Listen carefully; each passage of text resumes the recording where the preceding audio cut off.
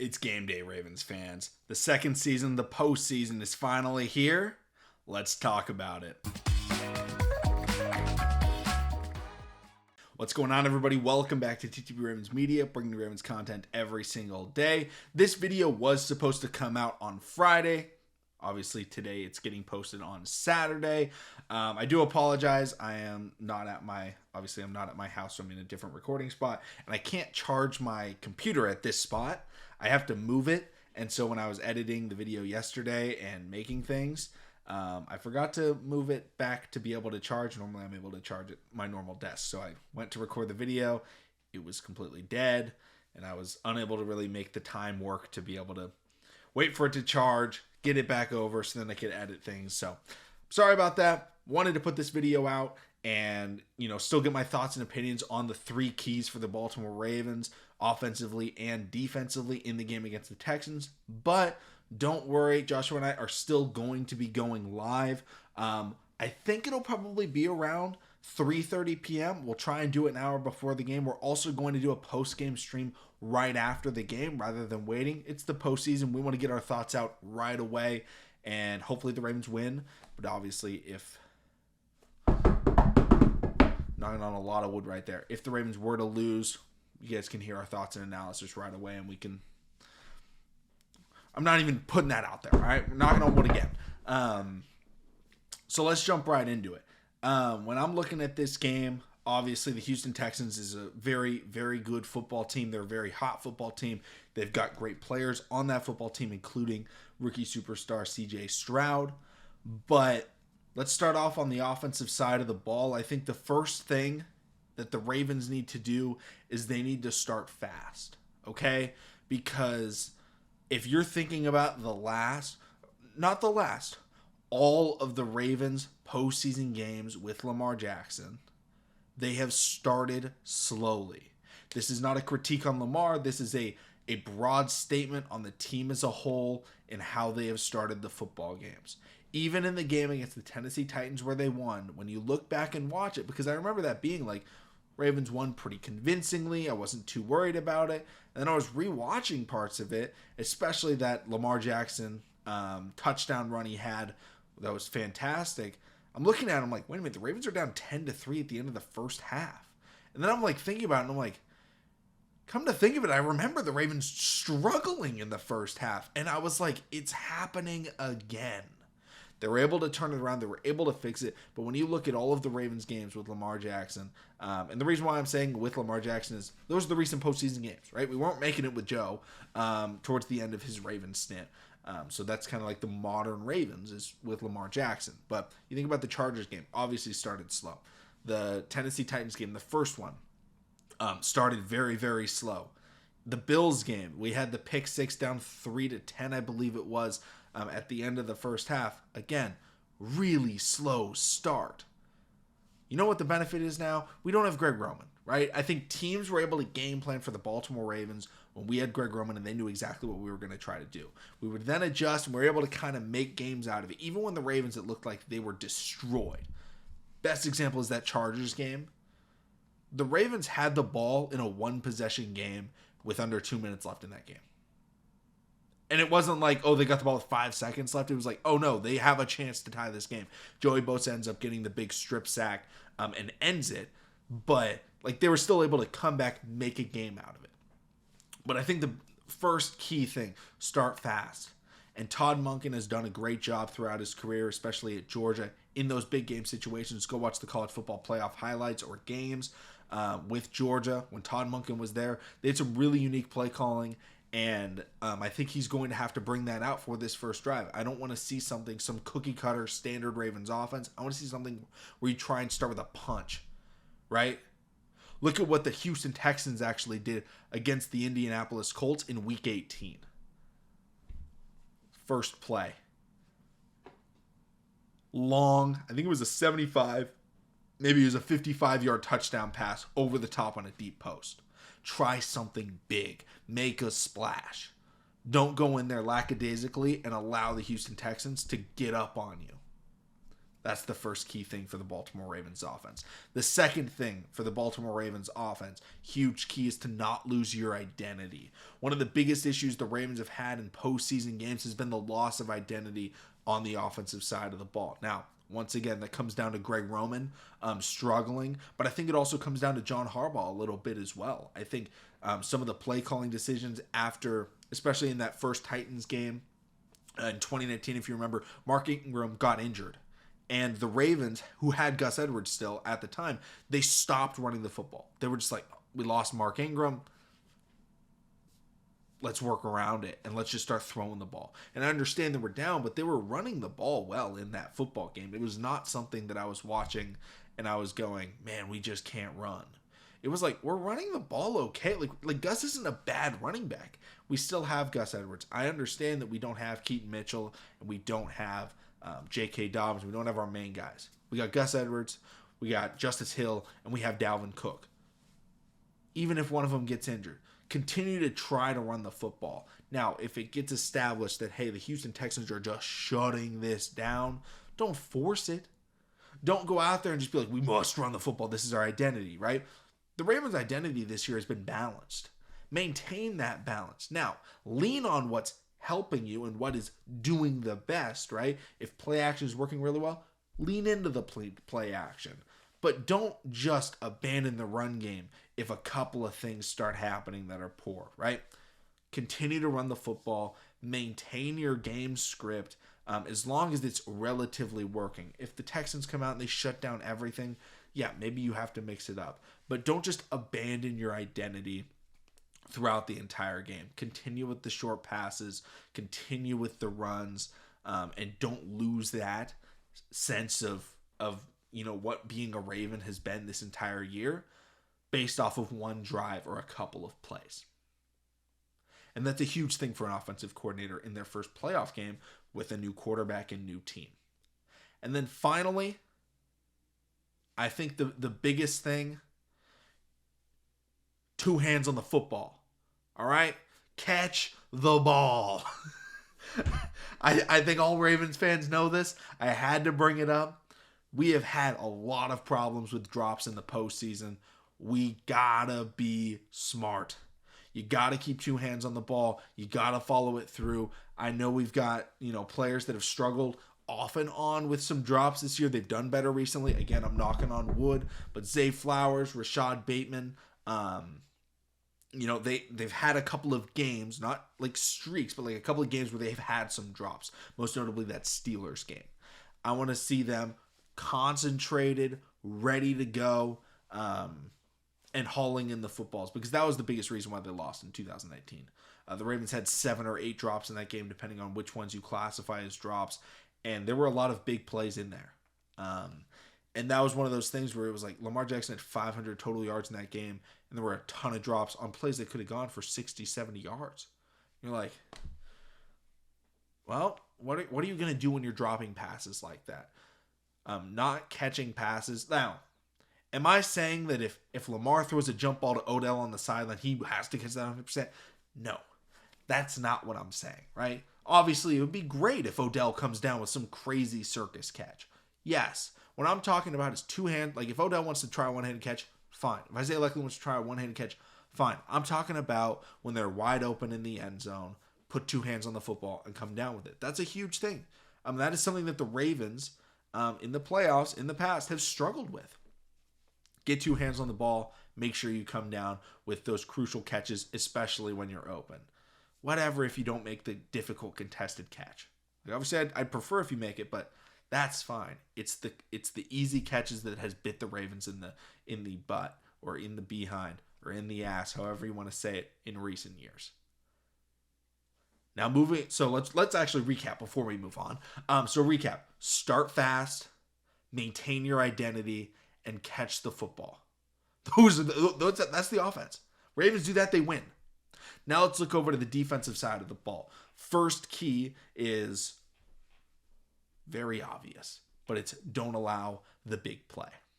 I've said this plenty of times before. I say this all the time. That is one of the most important things for this Baltimore Ravens defense, and it's always important, right? This is not something like no keys to success are going to be like, oh wow, I didn't think of that. Like, there are always going to be things that you want to do, right? It's just picking out which three. It's like you're building, I don't know, your 2K Mike or your 2K Park player or whatever. Like, you got to pick your badges. This is the badge I want. Don't allow the deep ball. Don't allow the big play, because that's what the Texans have been great at this year. CJ Stroud throws a great deep ball. Nico Collins is a fantastic deep threat. Brevin Jordan ended up having a massive touchdown run or catch and run in the playoff game against the Cleveland Browns. What the Texans want to do is stretch the field and get those big plays. And that's exactly what last year, and in games that the Ravens have struggled in, has beaten them. No team, essentially, this year has beaten the Ravens with just underneath and medium throws. Every single time the Ravens have lost, it's been, oh, what bit them? It was the big play. You look at the Steelers game and George Pickens running that, deep fade. You look at Zach Moss in the Colts game. The Browns, I remember the Browns did have big plays. I can't remember specifically who exactly it was, because that Browns team just like changed every single week. I think Amari Cooper did have a pretty decent game against us, but whatever it is, Mike McDonald's defense, when he first took over, that was one of the concerns. He's obviously fixed that. He's adjusted, but I think that's the biggest emphasis. Don't allow the deep ball. And obviously, I broadened it out to big play, but deep ball's really what I'm concerned with. If you don't allow if the Texans don't get a single deep ball in this game, I think the Ravens win. It's if the Texans are able to, because not only is a deep ball just a great scoring play, it's a silencer. It shuts up the crowd. It gives confidence to the team. Hey, we got him, right? I cooked that guy. CJ, nice throw. All of a sudden, they feel like, hey, we can get behind the defense. The Ravens start playing back, and they start getting underneath. Ravens step forward. They try another shot. Don't allow the big play. Don't allow the deep ball. It's one of the biggest things that I'm watching for in this game. Second up, do not play over emotional. This is a huge game for the Baltimore Ravens. This is the biggest game of a lot of these defensive players' career, because if you look at the last time the Ravens were in the playoffs, obviously last year, I don't think they necessarily had much hope. Like it wasn't a team where it was like, this is a Super Bowl team. You know why? Because Lamar was hurt. And when we didn't know when we were getting Lamar, obviously you would have loved to win that Bengals game. But I don't think the Ravens necessarily were like, this is win or go. Like, this is it. This is my shot. This year you're looking at it and you're like, okay, some of these guys are probably leaving. This is our defensive coordinators probably last year on the team. Obviously free agents. This might be our shot as a collective unit, as a core. Like, this is our time. And so it's a huge game for them because, you're already in the divisional round, 3 wins in a row, and you win the Super Bowl. Well, what do I mean by over-emotional? One of them is the penalties, but the other is trying to force yourself into DTMing, right? Trying to be Superman. A lot of players will try and do this. I don't know if you guys ever played pickup basketball or organized basketball or whatever. Sometimes some people feel like you get into the playoffs and they just start like shot chucking. And you're like, this isn't your game, right? You guys have ever seen the movie McFarland USA? It's a story about cross-country runners. True story. It's a really good movie. I recommend you guys check it out. It's entertaining. But one of the racers gets to the state championship, and it's a cross country, so it's long distance, and he comes out and he sprints. He goes way ahead of his pace. What happens? He burns out and he starts slowing down, and he almost cost his team the state championship. That wasn't the game plan. That's not how he runs. Ravens, right? If you're a player that is not known for trying to get up in your face and talk trash, don't try and all of a sudden start doing that. Now, if you're a Marlon Humphrey, obviously he's not playing, but he's somebody that likes to talk trash, totally fine. If you're a guy that throws big hits like Roquan Smith and Patrick Queen, keep going to throw those big hits. But don't go out there and be like, oh, now I'm going to start throwing these big hits and trying to do all these crazy things. That's not your game. What got the Ravens the best defense in the NFL? Everyone knew their role. They knew how to play, and they weren't over-emotional. They weren't over-committed, because sometimes when you're playing over-emotional, you overcommit, you over-pursue. You're like, You get too locked in, you get the blinders on, and you start running, and maybe you don't see the guy blocking, right? You're playing too hot, you're too ready, and then that also leads to penalties. One guy I want to call out by name, again knocking on wood, Adafe Owe. That's been something in some big games he's gotten. Not necessarily big games, I want to say, but he's gotten some roughing the passer penalties before. Matabike has done it as well. You don't want to get those in this game. You do not want to extend drives off of roughing the passer penalties. Late hits, you do not want that. I'm all for playing a physical game. I'm all for doing that, but you have to be smart about it, right? If you want to lay a big hit, that's totally fine, but don't play in a way that all of a sudden you're going to go out there and you're going to just try and level CJ Stroud, because that's not smart. That's going to lead to a flag, that's going to extend the drive, and that's going to put your team in a poor position because you were too hot at that time. You were too angry. And then finally, I think one of the biggest things that the Baltimore Ravens defense has to do is make them uncomfortable. The Houston Texans are already playing on the road. I want the M&T Bank Stadium. I want the players. I want everybody to be rocking, right? We don't have Marlon. He's a vocal player on this team. We do have Roquan Smith. He's going to be talking trash, and I want the Ravens and Mike McDonald to be calling pressures to make CJ Stroud uncomfortable. I want them to call unique coverages and, maybe press or do certain things to guys at the line of scrimmage that maybe they're not used to, because that all of a sudden it gets them out of their element. If you want to have maybe Dalton Schultz is a good tight end. Shout out to Stanford legend right there. Have